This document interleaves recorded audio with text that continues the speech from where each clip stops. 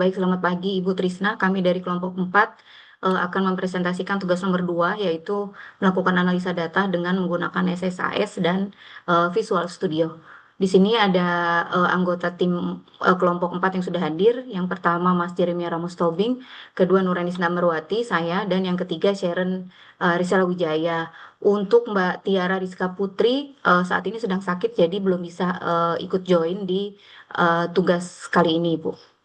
Baik, yang pertama, analisa yang akan kita lakukan itu adalah membuat sales dari tiap wilayah.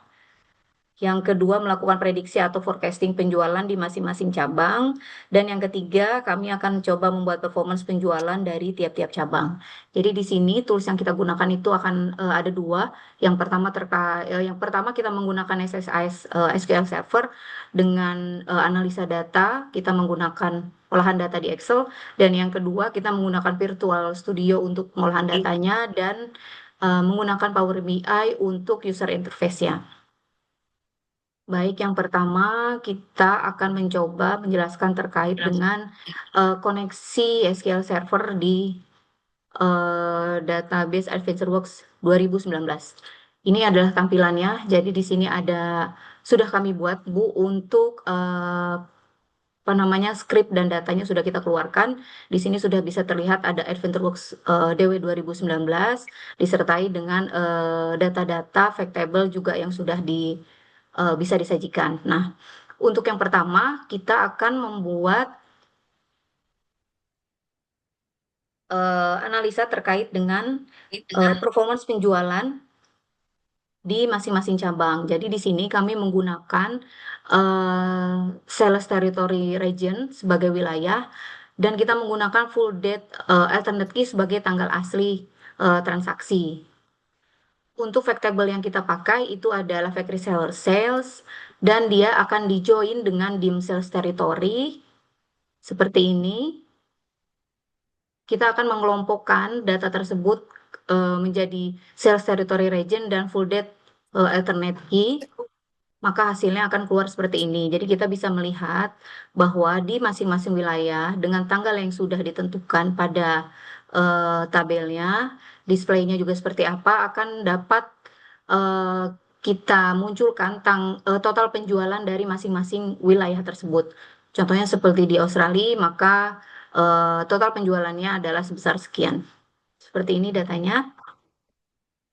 Oke, ini untuk yang performa penjualan dari tiap-tiap cabang. Untuk selanjutnya terkait dengan prediksi atau forecasting penjualan di masing-masing cabang. Di sini kita menggunakan tabel sales territory region sebagai cabang dan sales territory country sebagai negara aliasnya. Selanjutnya kita membuat 4 atribut. Yang pertama adalah total penjualan sebagai omset, lalu ada total biaya, total profit, dan profit margin. Seperti ini. Untuk melakukan prediksi, kita membuat rumusan profit dibagi dengan revenue dikalikan 100% dan kita melakukan agregasi sum antara salesman dikurangi total produk dibagi dengan jumlah dari salesman dikalikan 100. Seperti ini, maka data yang akan dihasilkan seperti di bawah ini. Misal, dari cabang Southwest, negara United States, total revenue-nya sekian, dengan total cost-nya sekian, maka profitnya seperti ini. Untuk analisa data yang disajikan di SQL seperti ini, Ibu, nanti untuk pengolahan data dan grafik atau tampilan chartnya akan disampaikan oleh Mas Jeremia setelah kami menyampaikan pengolahan data di Visual Studio. Baik, selanjutnya karena kita mencoba menyajikan analisa datanya menggunakan 2 tools, tadi sudah dijelaskan di sisi SSAS, selanjutnya kami akan membuat analisa datanya menggunakan Visual Studio. Visual Studio juga tetap menggunakan database AdventureWorks DW 2019. Tampilannya seperti ini. Izin karena kami sebelumnya sudah melakukan exercise, Bu. Jadi kami menggunakan data exercise kita, tidak mengulang lagi dari awal. Yang jelas hal-hal yang perlu diperhatikan adalah sisi koneksi ke database-nya, server name-nya juga harus sesuai dengan kebutuhan kita. Karena kalau tidak nanti dia tidak akan bisa connect ke database. Nah, jadi di sini kita sudah membuat project satu grup 4.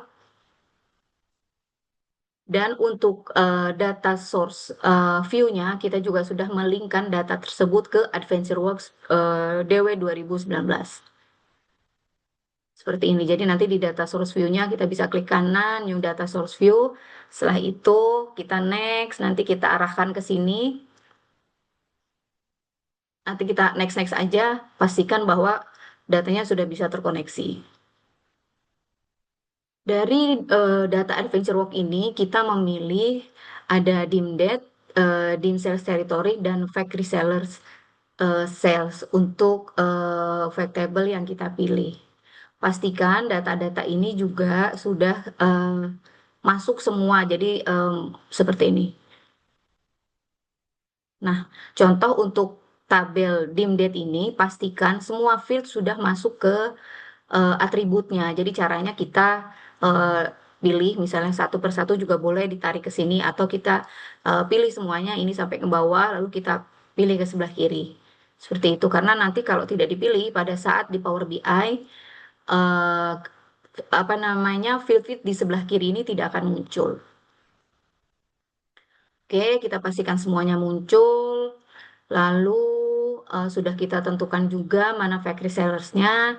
Nanti untuk memastikan apakah data ini sudah bisa di-deploy atau belum, ataukah database-nya masih ada yang miss atau belum, kita bisa klik kanan dari project 1 grup 4 ini. Klik kanan, kita build terlebih dahulu. Oke, di sini sudah bisa terlihat bahwa build complete. Karena data ini sebelumnya sudah pernah kita deploy, maka hasilnya akan seperti ini. No changes detected. Karena sebelumnya sudah pernah kita deploy, Bu, pada saat kita mengerjakan bersama. Jadi kita anggap ini adalah deploy complete, no error. Baik, ini adalah sisi pengolahan data di virtual studionya. Lalu bagaimana cara kita menampilkan grafik supaya manajemen mudah untuk membacanya. Kita menggunakan Power BI. Jadi di sini Power BI itu tampilannya akan seperti ini. Nah, bagaimana caranya supaya data yang di Visual Studio tadi bisa ketarik, kita akan pilih Get Data from Another Source. Oke, nanti kita pilih SQL Server Analysis Service. Kita connect. Oke, servernya ini kita arahkan ke Visual Studio yang sudah tadi kita buat. Diklik kanan, project 1, nanti di sini ada properties. Di properties ini, nah inilah yang akan kita gunakan. Jadi servernya namanya ini, kita sesuaikan di Power BI-nya seperti ini. Oke, ini ya. Namun karena kita sudah membuat project sebelumnya berdasarkan data di Visual Studio, jadi data yang akan tampil kira-kira akan seperti ini. Ya, seperti ini ya. Tampilan yang ada di atas ini itu adalah poin A sales dari tiap wilayah. Jadi nanti apa namanya tabel-tabel atau fact yang sudah kita pilih di Visual Studio dia akan muncul di sisi sebelah kanan. Nah, ini tergantung analisa kita apa yang akan kita analisa untuk mendapatkan informasi. Kita pilih-pilih sendiri field-field apa yang dibutuhkan. Untuk format-formatnya nanti akan ditentukan di sini. Untuk format tanggal harus dipastikan bahwa formatnya itu adalah tanggal ya, bukan teks. Karena kalau dia dalam bentuk teks nanti tidak akan bisa keluar di sisi sebelah kirinya.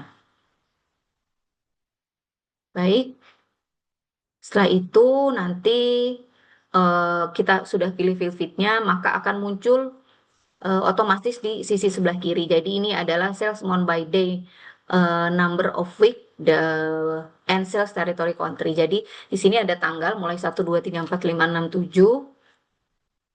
7. Legendnya juga bisa kita baca. Jadi kalau kursornya kita arahkan ke sini, misalnya sini hari ke-6 di United States itu sales month-nya berapa, lalu di negara lain seperti di Kanada berapa. Nah, nanti di sini bisa terlihat manajemen bisa menganalisa penjualan mana sih yang eh, yang lebih tinggi gitu ya dalam waktu periode tertentu.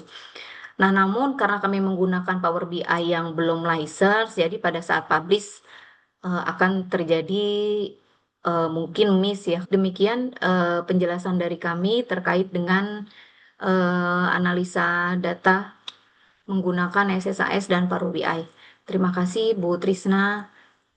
Selamat pagi, Assalamualaikum warahmatullahi wabarakatuh. Untuk selanjutnya akan disampaikan hasil analisa dari SSAS oleh Mas Jeremia. Silakan Mas Jeremia. Izin saya share Excel-nya ya.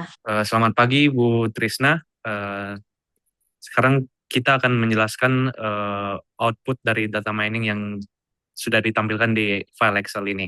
Jadi untuk menjelaskan output data mining ini, prosesnya itu kita mulai dari tahap analisis data multidimensional. Sekarang kita itu menggunakan database dari AdventureWorks DW 2022 dengan pendekatan memakai star schema. Lalu kita mengambil data penjualan dari tabel fakta fake reseller sales.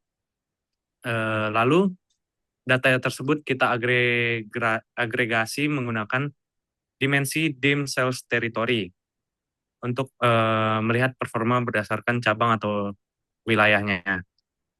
Dan menggunakan dimensi dim date untuk melihat tren penjualan berdasarkan waktunya. Lalu dari proses tersebut, kita mendapatkan data historis penjualan per cabang yang sudah terstruktur.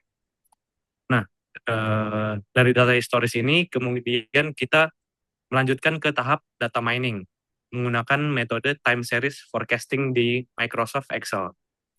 Tujuan forecasting ini adalah untuk memprediksi tren penjualan di periode berikutnya, sekitar 3 bulan ke depan, berdasarkan pola data historis yang sudah terbentuk sebelumnya. Di output Excel ada beberapa bagian penting yang perlu kita pahami. Yang pertama itu kolom type yang menunjukkan urutan periode waktu dari data historis sampai ke periode prediksi. Yang kedua ada kolom nilai, yaitu data penjualan aktual atau real yang terjadi pada periode historis. Lalu kolom ini menjadi acuan utama karena dari sini pola tren penjualan itu bisa terlihat. Lalu selanjutnya ada kolom perakiraan, yaitu hasil prediksi penjualan yang dihitung oleh Excel. Untuk periode setelah data historis berakhir, dari perakiraan ini kita bisa melihat kecenderungan penjualan cabang tersebut, apakah lebih cenderung untuk naik, atau turun, atau malah cenderung stabil. Selain itu, Excel juga menampilkan ikatan kepercayaan bawah dan ikatan kepercayaan atas. Itu menunjukkan tentang rentang prediksi.